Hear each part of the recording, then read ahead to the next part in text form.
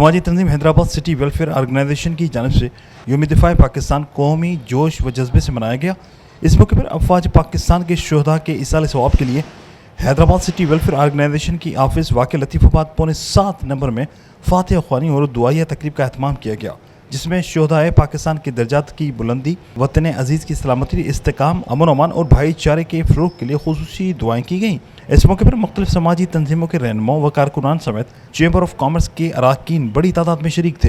तंजीम के सदर असलम खान देसवाली ने 6 सितंबर के शहीदों को ज़बरदस्त खराज तहसीन पेश करते हुए कहा कि यौम दिफा पाकिस्तान तजदीद अहद का दिन है। पूरी कौम आज अहद करती है कि मुल्क की सालमियत पर कोई आँच आई तो मुल्क के दिफा में पूरी कौम पाक अफवाज के शाना बशाना खड़ी होगी।